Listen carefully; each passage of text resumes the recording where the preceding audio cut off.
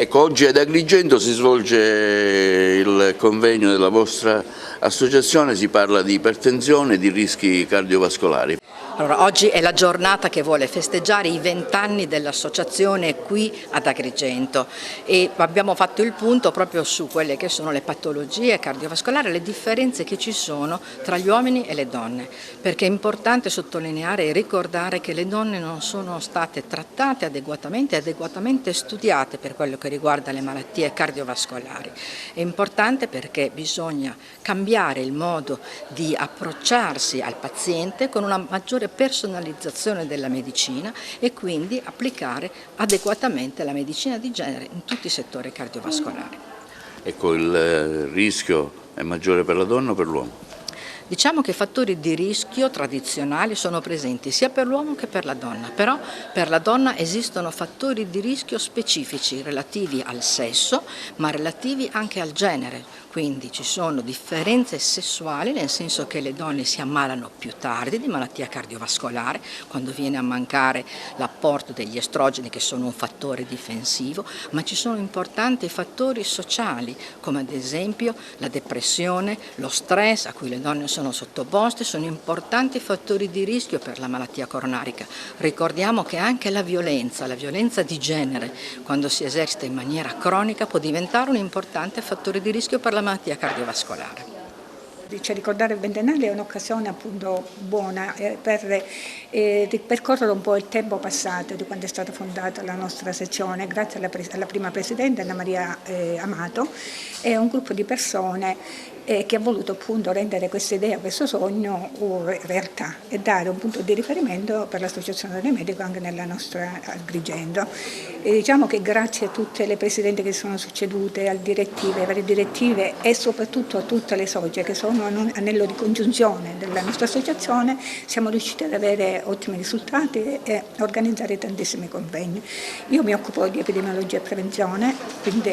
e di medicina generale, quindi è la mia branca fare prevenzione principalmente, non solo nella donna ma anche nell'uomo e nel bambino. Quindi ho voluto, con l'occasione del ventennale, parlare, si è parlato sempre di ipertensione e di cardiopatia, però non si è parlato di differenze di genere. Il messaggio soprattutto ai giovani, alle giovani donne medico e uomini medico, di essere determinati ad andare avanti in modo tale che si possa portare, soprattutto nei giovani, e anche non solo dal punto di vista scientifico, ma anche dal punto di vista umano e sociale, perché comunque ci occupiamo pure non solo a livello scientifico, ma anche a livello sanitario e sociosanitario, quindi siamo vicini anche alla società, quello di essere determinate e di fare in modo che possiamo cambiare un po' questa società che va un po' in declino, quindi portare anche un po' di solidarietà, un po' di pace e rispetto soprattutto dell'uomo, perché comunque la salute, noi medici dobbiamo principalmente dedicarci interamente della salute nell'uomo, non solo dal punto di vista fisico ma anche psicologico. E poi volevo ricordare una frase di Oscar Wilde: date una sola possibilità alla donna e potrà fare di tutto, quindi dobbiamo andare sempre avanti e dare sempre di più. È importante perché i medici di medicina generale e i cardiologi hanno veramente un grande ruolo nella prevenzione. Io ho parlato di rivascolarizzazione miocardica chirurgica, ma se i medici di medicina generale non convincono i pazienti ad attuare una buona prevenzione cardiovascolare, il lavoro di noi chirurghi diventa perfettamente inutile. Quindi un grazie sempre alle donne medico che si sono impegnate in questo campo, anche perché ora si sta non scoprendo, ma si va sempre più chiarendo che le donne hanno una fisiopatologia che per certi versi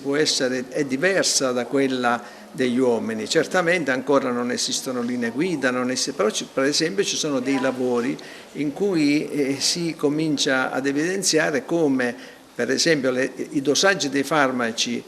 che vengono dati alle donne sono a volte eccessive Ecco, certamente ci saranno fattori ormonali, ci saranno fattori diciamo, di stili di vita che cominciano ad essere sovrapponibili, però certamente questo è un campo che si svilupperà e io mi auguro che piano piano si riesca a comprendere quali sono le peculiarità della donna nel campo della medicina, della sua fisiopatologia per meglio curarle e per meglio attuare una prevenzione cardiovascolare. Nel campo della chirurgia le donne che hanno patologie diciamo, di tipo cardiochirurgico arrivano intorno ai 50-60 anni soprattutto e sono pazienti con